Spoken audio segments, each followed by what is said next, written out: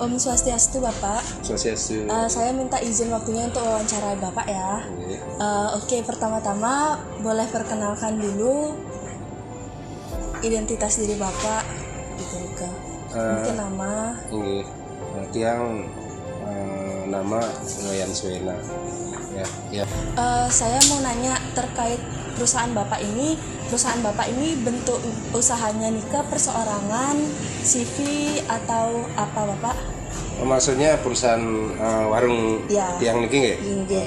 Ini adalah perusahaan perorangan ya. Yang mana dari awal kita atau tiang sendiri yang berupaya untuk punya ide untuk membuka usaha kecil-kecilan dulu awalnya, kecil-kecilan dari warung yang maaf dulunya ini biliar dulu ya, biliar karena mengingat situasi dan kondisi ya, dan kami juga punya planning ya, untuk merubah daripada usaha biliar menjadi minimarket seperti ini. Oke, berarti usaha Bapak niki bentuknya perseorangan gitu Pak? Perorangan itu. Ya. Untuk modal awal dulu ya, maaf dulu tiang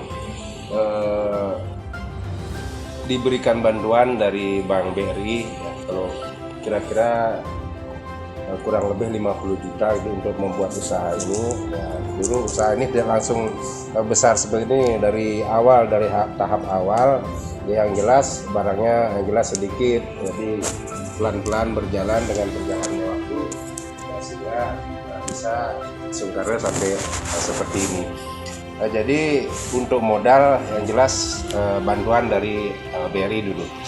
Ya, ini usaha sudah berjalan kalau tidak salah sudah 20 tahun lebih. Ya, kami yang mengelola usaha.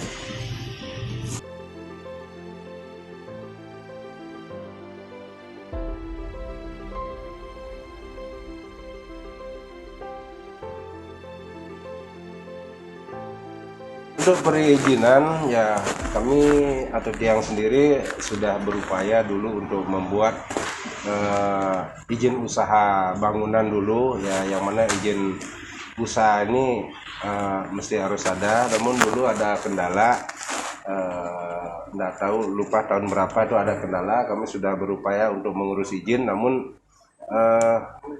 belum keluar ya, belum keluar. Jadi untuk sampai saat ini kami hanya memakai surat izin usaha dari desa setempat.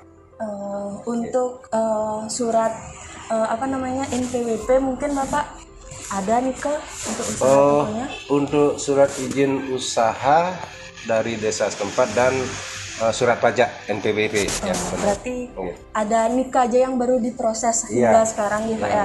Sampai saat ini masih itu yang ada untuk surat izinnya. Oke.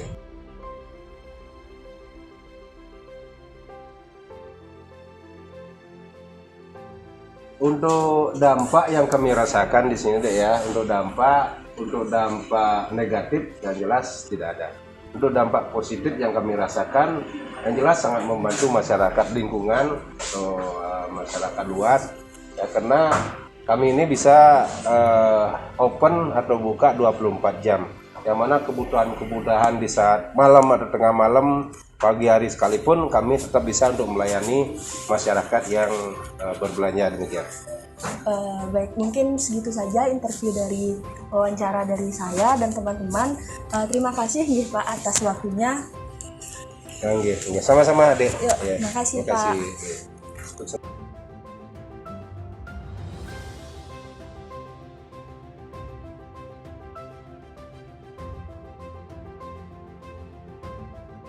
Om Swastiastu, kali ini saya Aras, saya mewawancarai Ibu. Halo, saya dengan Ibunya Manindra Yuni, bisa dipanggil Yuni. Ya, dari ini ada pemilik koperasi. Nah, kali ini saya ingin bertanya seputar tentang koperasi. Oh iya, sebelumnya saya mau, panggilannya siapa? Raras ya. Kali ini Raras tanya ke saya bagaimana tentang sumber modal dari koperasi.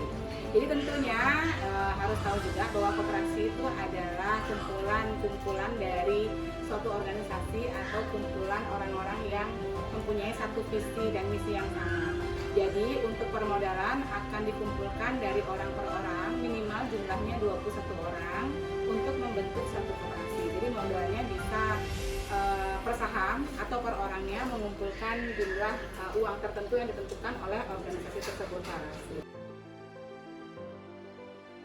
Baik, untuk koperasi itu sebenarnya sangat mudah ya. Makin banyak koperasi makin bagus. Jadi untuk awalnya itu adalah harus memiliki NIB tentunya, kemudian biasa ya kita juga harus memiliki akte pendirian dari koperasi tersebut. Ada anggaran dasarnya, ada anggaran rumah tangganya, kemudian ada SK dari menteri juga. Kalau bicara tentang apa saja syaratnya dan bagaimana tadi ketentuan untuk membuka suatu koperasi, minimal punya akte dulu, minimal punya 21 orang anggota, dan juga memiliki NIB. Mungkin itu dasar awal. Kalau ngomongin masalah syaratnya itu banyak jadinya, tapi mungkin untuk awalnya saja mungkin 3 hal penting: anggota jumlahnya 21, NIB, dan juga akte pendirian. Sebenarnya kendalanya sih dari diri sendiri ya. Kalau dari dinas sebenarnya sangat open untuk kita bisa bertanya kapanpun. Tapi tentunya kita juga sebagai leader atau orang yang membuat satu perizinan di koperasi ini mesti banyak menanyakan informasi. Tentunya bukan di dinas perizinan ya, tapi jadi biar nggak salah, untuk pembuatan izin di koperasi tidak lewat dinas perizinan, tapi untuk dinas koperasi ya, dinas koperasi dan UMKM, bukan di dinas perizinan gitu. Jadi untuk kendalanya yang paling signifikan sih nggak ada ya. Jadi hanya banyak bertanya tentunya, kemudian langsung saja menuju dinas koperasi dan bukan dinas perizinan. Baik, kalau untuk strategi sendiri dalam koperasi, ingat koperasi itu bertumbuh dari lingkungan, bukan seperti bank umum, bukan seperti DPR. Bertumbuh dari lingkungan, di mana bumi dipijak, di situ langit dijunjung. Artinya koperasi itu tumbuh dalam lingkungan. Contohnya koperasi Sentra Utama Mandiri berdirinya di daerah Grogol Carik, Pemogang. Jadi kita bertumbuhnya dari lingkungan sinilah. 1 kilometer dari sini apakah sudah menjadi nasabah kita? 2 kilometer dari sini apakah sudah menjadi nasabah kita? Itu yang kita akan gali, bukan ke dalam perspektif nasional, apalagi yang lebih umum lagi. Jadi kalau kita ngomongin kendala dalam pemasaran tadi apa? Kendala ya? Lanjutannya? Strategi pemasaran. Bagaimana strategi pemasaran koperasi ini untuk kedepannya? Berarti kita harus mengetahui dulu lingkungan di mana kita berpijak. Jika memang di daerah Pemogang, siapa tuh kepala desanya, siapa itu kepala lingkungannya. Kalau memang itu ada RT RW-nya atau memang ada daerahnya, kemudian lingkup manakah dia, kelurahannya. Jadi kita harus mengetahui. Nah dari sanalah kita bisa menggali informasi untuk kita bisa promosi dari koperasi. Jadi kayak mengenal lingkungan. Betul, ya. Jadi emang harus tahu terdekatnya, tetangganya udah buka rekening belum, kayak gitu ya. Baik, kalau untuk struktur organisasi kita ada kepengurusan dan juga kepengawasan. Jadi saja sih. Kalau untuk detailnya, jadi kepengurusannya ada biasa kan ketua. Kepengurusan dan operasional itu beda ya. Pengawasan beda juga. Jadi kalau memang ada kepengurusan dia ada ketua, ada bendahara, ada sekretaris. Jika operasional, bahasa lebih modern, manajer, teller, customer service kayak gitu. Kalau untuk kepengawasan juga bagian yang mengawasi dari koperasi tersebut. Kalau koperasi biasanya bersinergi ya. Kalau komplain jarang sekali terjadi, malahan kita bersinerginya itu biasanya kita akan melakukan anniversary nih koperasi sebentar lagi kan 12 Juli kita mau ada hari koperasi. Biasanya koperasi sudah melakukan memberikan contohnya sembako kepada disabilitas gitu. Karena kita bertumbuhnya dari lingkungan, karyawannya juga orang sini, nasabahnya juga orang sini. Jadi komplain ini jarang terjadi, malah yang ada kita sering bersinergi. Ya, sekian wawancara dari kita. Terima kasih. Ya, makasih. Semoga bermanfaat. Sukses selalu.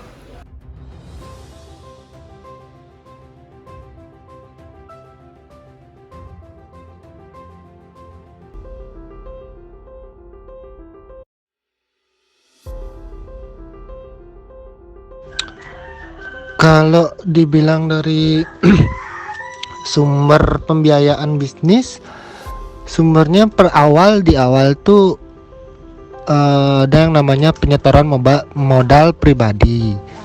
Itu berapapun boleh. Terus kemudian dari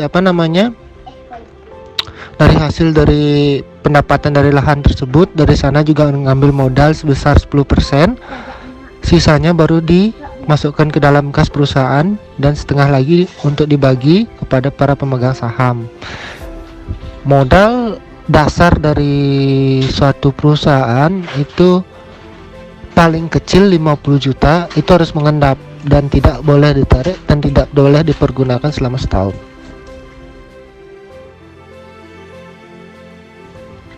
Kalau ditanya mengenai legalitas, ada beberapa.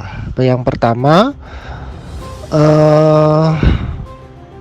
akte pendirian perusahaan ataupun akte pendirian PT maupun CV itu kemudian didaftarkan kepada Kementerian Hukum dan HAM. Selanjutnya dibuatkan izin online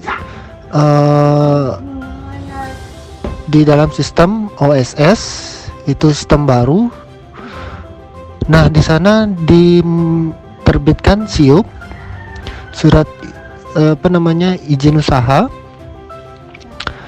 kemudian izin lingkungan.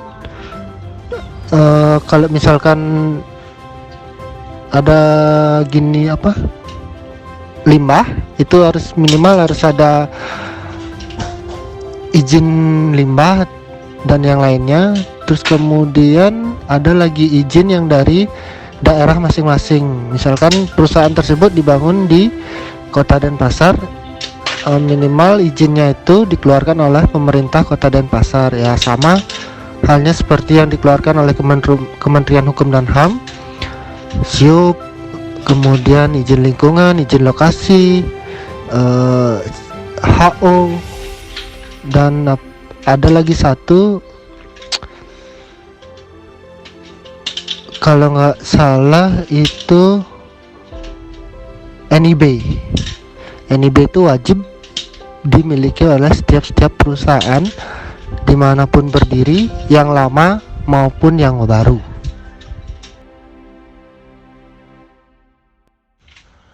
Kalau dicari kendalanya itu hampir nggak ada, karena semenjak sistem di online kan, itu semuanya lancar, nggak ada kendala apapun yang dialami pada saat mencari legalitas. Semuanya dipermudah lewat sistem online.